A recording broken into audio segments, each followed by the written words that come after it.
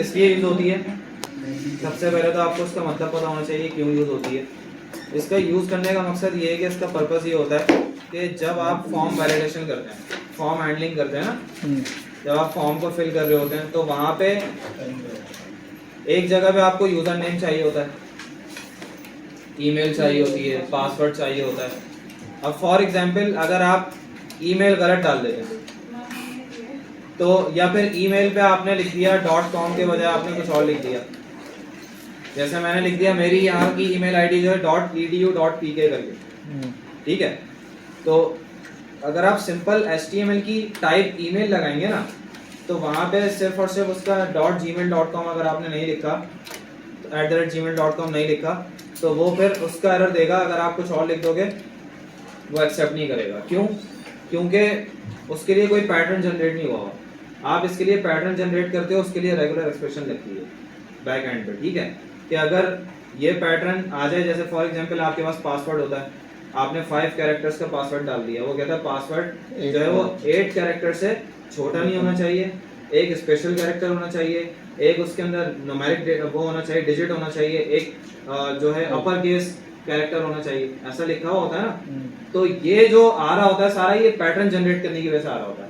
आप एक pattern generate करते हो कि भाई इस पैटर्न में, उस पैटर्न के अकॉर्डिंग वो पासवर्ड आपका इनपुट दे रहा होता है कि एक स्पेशल कैरेक्टर होना चाहिए, लाजमी स्पेशल कैरेक्टर मतलब आपका क्वेश्चन मार्क हो गया, @ हो गया, और इसके अलावा आपका जो है वो एक आप यूज करते हो, बहुत अच्छा ज़्यादातर यूज होता है परसेंटेज का साइन, ठीक है, ये भी स्पेशल कैरेक्टर में आता है, तो आप ये यूज कर लेते हो। तो वो अगर आप उसके लिए पैटर्न जनरेट नहीं करोगे तो वो यूज नहीं हो सकता, ठीक है। इसके अलावा आप कहते हो कि अपर केस के लिए भी एक पैटर्न बनता है, लोअर केस के लिए भी पैटर्न बनता है, लिमिट के लिए भी पैटर्न बनता है कि 8 कैरेक्टर से छोटा नहीं होना चाहिए, एटलीस्ट 8 कैरेक्टर्स होने चाहिए पासवर्ड के अंदर। इससे छोटा पासवर्ड होगा तो वीक हो जाएगा, और अगर आप इससे ज्यादा लेंथ का पासवर्ड लिखते हो तो स्ट्रांग हो जाएगा। सब होता है ना। ये सारी वैलिडेशन किसके थ्रू लगती है? Regular expression. ये बनी बनाई भी मिल जाती है। आप अगर चैट जीपीटी से कहोगे बना के दे देगा, पूरा का पूरा कोड बना के दे देगा, लेकिन आपको मतलब तो पता होनी चाहिए। तो आप मतलब उसके इस तरीके से पढ़ के आपको पता चलेगा कि किस चीज़ का क्या मतलब है। पैटर्न कम से कम पढ़ तो सको कि इस पैटर्न की, ये जो पैटर्न है इसमें क्या क्या चीज़ें एक्सेप्टेबल है, ठीक है। तो वो ज़रा देख लेते हैं यहाँ पे किस तरीके से होगा।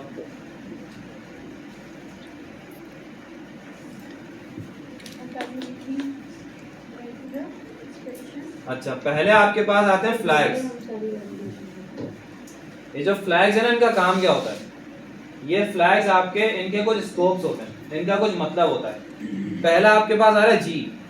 जी क्या करता है? ग्लोबल को स्पेसिफाई करता है। ग्लोबल मतलब कि अगर मैं बात करूं सिर्फ इस रूम की, तो ये वाला रूम जो है अभी सिर्फ इस रूम की बात हो रही है ना। अगर मैं पूरा सेंटर की बात करूं तो तमाम रूम्स आ जाएंगे उसके अंदर। अब मैं ग्लोबली बात कर रहा हूँ, पूरे ग्लोब की बात कर रहा हूँ, पूरे सेंटर की बात कर रहा हूँ। ग्लोब मतलब वैसे तो दुनिया कहलाएगी पूरी। अगर मैं ग्लोबली बात करूँ, ग्लोबल वार्मिंग का नाम सुना है ना आपने? पूरी दुनिया में जो माहौलियाती चेंजेस हो रहे हैं और ये सब चीज़ें, ठीक है। तो पूरे ग्लोब की बात की जाए तो मतलब सब जगह उठ के आ जाती हैं, ठीक है, सारी चीज़ें उठ के आ गई इसके अंदर। तो इसीलिए यहाँ पे इसका ग्लोबल स्कोप कहलाएगा कि अगर मैं जी का फ्लैग यूज़ कर लूँगा तो अब मैं अगर एक लाइन में जितने भी कैरेक्टर्स चेक करना चाहूँ वो तमाम कैरेक्टर्स को ले लेगा। अगर मैं जी का फ्लैग यूज़ नहीं करूँगा तो एक अगर मैंने कैरेक्टर कहा कि ये कैरेक्टर मुझे एक्सेप्ट करना है तो फिर वो एक ही कैरेक्टर को लेगा, ठीक है। इस तरह से आपका जी का फ्लैग यूज़ होता है। आई जो होता है वो केस इनसेंसिटिव के लिए यूज होता है, ठीक है। केस इनसेंसिटिव का मतलब, एक तो केस सेंसिटिव होता है। केस सेंसिटिव क्या कहलाता है? जैसे फॉर एग्जांपल अगर आपने एक वेरिएबल डिक्लेयर किया ऊपर कैपिटल से और आप उसको नीचे कॉल करो स्मॉल से, लोअर केस से, तो क्या होगा? केस सेंसिटिव आ जाएगा, ठीक है। लेकिन अगर आप आई का फ्लैग यूज कर लोगे तो आप उसको लोअर केस में भी कॉल कर सकते हो, ठीक है। तो वो क्या कहलाएगा? Case insensitive. केस सेंसिटिव का उल्टा कर दो, ठीक है। इसके अलावा आपका एम का फ्लैग। अच्छा, एक काम करता हूँ, डायरेक्टली ना उसमें लेके चला जाता हूँ। एक वेबसाइट है हमारे पास, उसी में डायरेक्ट इसको प्रैक्टिकल करके दिखाता रहूंगा ताकि आपको क्लियर होता रहे। यस। तो हमारे पास एक वेबसाइट होती है regex 101।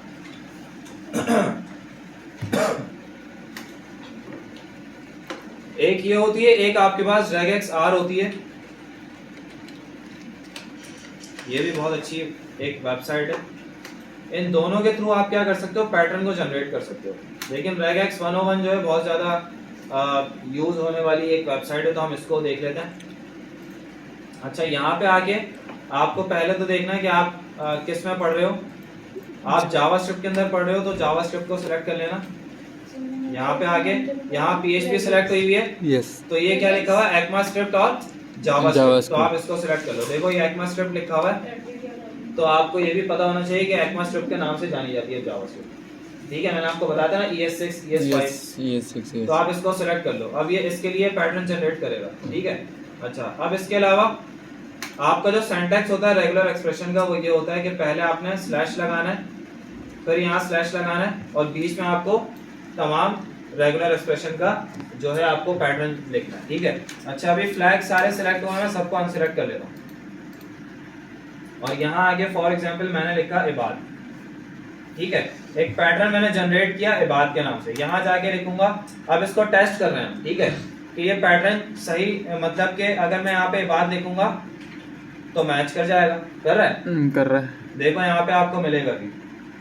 एक्सप्लेनेशन में जाओगे तो यहाँ बताएगा ये जो पैटर्न मैंने लिखा है इबाद नाम से, तो यहाँ जो मैच कर रहा है वो इबाद मैच करेगा बस। अगर मैं दोबारा से लिखता हूँ उसको यहाँ पे आके, तो अब ये मैच नहीं करेगा। देख रहे हो, सिर्फ एक को मैच कर रहा है।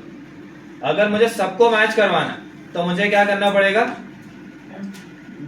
फ्लैग में जाऊंगा, ग्लोबल का फ्लैग सिलेक्ट करूंगा, तो अब ये ग्लोबली देखेगा। समझ में आई बात? अब ये सिंगल उसको ले रहा था, वर्ड को ले रहा था, लेकिन जब मैंने ग्लोबल का फ्लैग लगाया तो ये ग्लोबली देखने लगा, और तमाम जितने भी अब मैं इबाद लिखूंगा तमाम को क्या करेगा, मैच करता जाएगा। अगर मैं नेक्स्ट लाइन में भी लिखता हूँ वहां भी मैच कर लेगा। 12 मैच। अगर मैं कुछ और लिखता हूँ अली, ये मैच नहीं करेगा। क्यों? क्योंकि अली जो है वो ऊपर पैटर्न के अंदर नहीं। ठीक है। ठीक है। अगर मैं यहाँ पे लिखता हूँ अली और यहाँ जाके मैंने विदाउट स्पेस इबाद अली लिखा है, मैच कर गया। बाकी इबाद सारे कट गए। क्यों? क्योंकि ऊपर मैंने इबाद अली लिखा। और अगर ऊपर मैं स्पेस के साथ लिख दूंगा तो यहाँ भी स्पेस के साथ करूंगा तो मैच करेगा। विदाउट स्पेस मैच नहीं करेगा। स्पेस किससे काउंट कर रहा है? ये डॉट से। डॉट। ठीक है, ये ध्यान में रखना। तो बात समझ में आई कि ऊपर जो भी लिखूंगा अगर एज इट इज नीचे उसका टेस्ट के अंदर उसको लिखूंगा तो मैच करेगा, वरना नहीं करेगा। क्लियर है इतना? सही। अच्छा, अब सेकंड, अगर मैं यहाँ पे लिखता हूं कि मुझे ए से लेके जेड तक तमाम जितने भी सबको मैच करवाना, तो ए टू जेड लिख दिया। ठीक है, और अब यहाँ पे लिखता हूँ, लिखना स्टार्ट कर रहा हूँ। अच्छा, एक मिनट, अभी ये मैच नहीं करेगा, इसको मुझे ब्रैकेट के अंदर रखना पड़ेगा। सर बता रहा हूँ, इस ब्रैकेट का मतलब होता है, कर्ली ब्रैकेट्स का मतलब ये होता है कि इसके अंदर से कोई भी एक सिंगल कैरेक्टर को उठा लो, मैच कर लो, मैच कर लेगा वो। ठीक है, अगर एक भी सिंगल कैरेक्टर इसमें से आ जाता है ना तो मैच कर लेगा। फॉर एग्जांपल अगर मैं A to Z के बजाय A लिखता हूँ तो देखो जहां जहां A लिखा हुआ सिर्फ उसको मैच कर रहा है, बाकी किसी भी चीज को मैच नहीं करेगा। अगर मैं यहाँ पे B C D E F G सब कुछ लिख देता हूँ, जितने भी मैंने यहाँ पे लिखे ना, यहाँ कॉल करूंगा तो ये सब मैच करता रहेगा। अगर मैं कोई दूसरा लिखता हूँ तो ये देखो अलग अलग वाले मैच नहीं कर रहे हैं, बाकी जो मैच कर रहे हैं वो सिर्फ ऊपर जो कंसिडर जो लाए करते हैं वो मैच करेंगे। सही। ठीक है, जो इस ब्रैकेट के अंदर आ रहे हैं, इस पैटर्न के अंदर आ रहे हैं। अगर मुझे सबको मैच करवाना तो यहाँ जाके A to Z लिख देता हूँ, सारे मैच हो जाएंगे। ग्लोबली मैच करेंगे, अगर ग्लोबल का फ्लैग हटा दूंगा तो सिर्फ एक को कंसीडर करूंगा। सिर्फ एस को क्यों लिखा है?